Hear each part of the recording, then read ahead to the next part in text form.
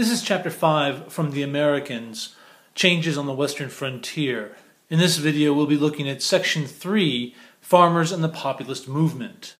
The main idea of this section is that farmers united to address their economic problems, giving rise to the populist movement. The problems with the farmers are economic problems that are left over from the Civil War. In this section, you'll read about the creation of the greenback, or the American dollar.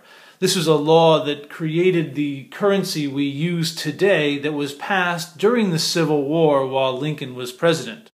The money that had been created during the Civil War had caused the overall value of goods and services in our economy to fall. And here you'll see that between 1867 and 1887, a bushel of wheat fell from $2 to 68 cents, meaning that farmers were losing money badly. The farmers faced a double problem. In addition to the value of the money dropping dramatically, the prices they were being charged by the railroads was rising As more and more farmers moved out west in search of a new life, they began to realize that the power was concentrated in a small number of hands, and they wanted more power for themselves.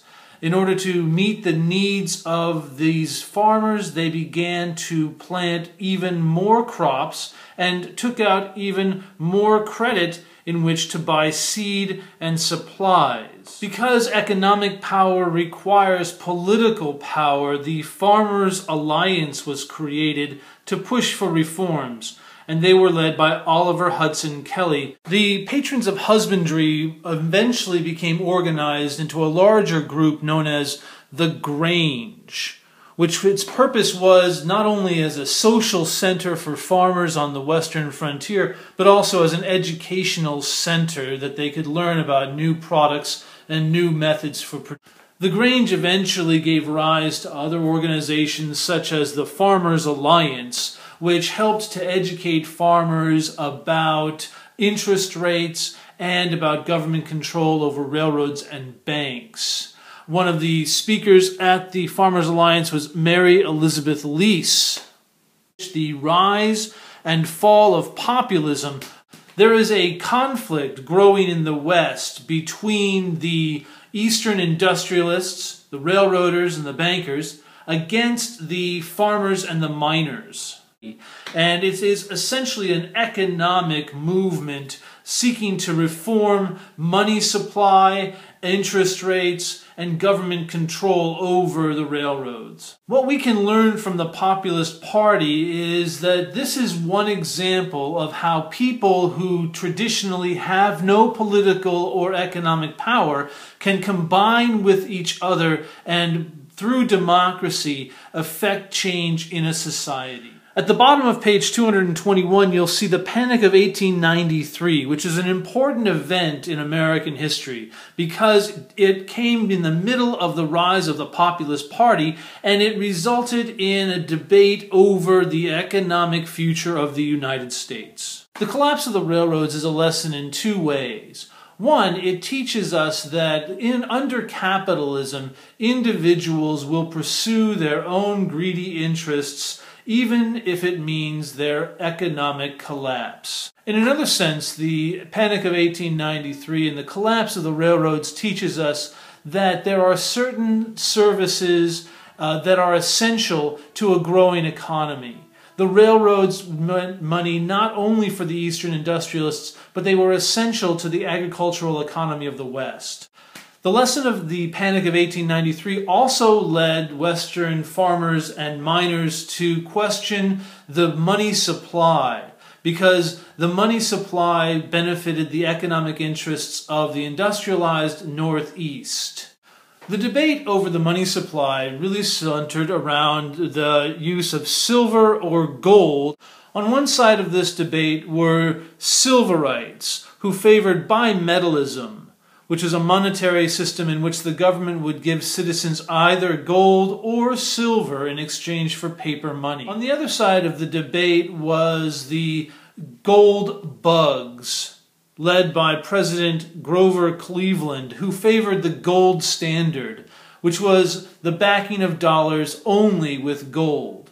This system favored the northern industrialists at the expense of the Western farmers and laborers. The supporters of bimetallism hoped that moving to a gold and silver standard would stimulate the economy.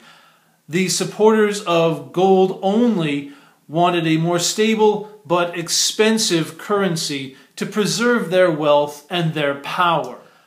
One of the leading figures of bimetallism and the Populist Party movement is William Jennings Bryan, who you'll read about here, who made his name with a very famous speech he gave called the Cross of Gold speech. On page 223, you'll read about the Cross of Gold speech by William Jennings Bryan.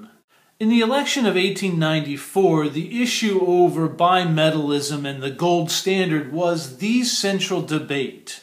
In the election of 1894, the Republican Party had nominated William McKinley, and the Democrats had nominated William Jennings Bryan.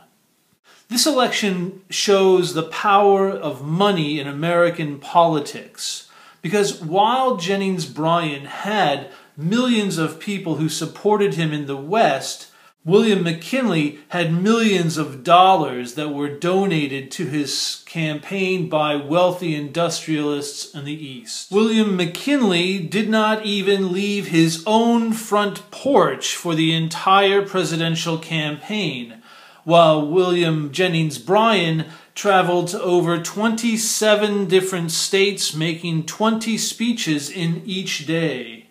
Ultimately, the election came down to the difference of about 500,000 votes.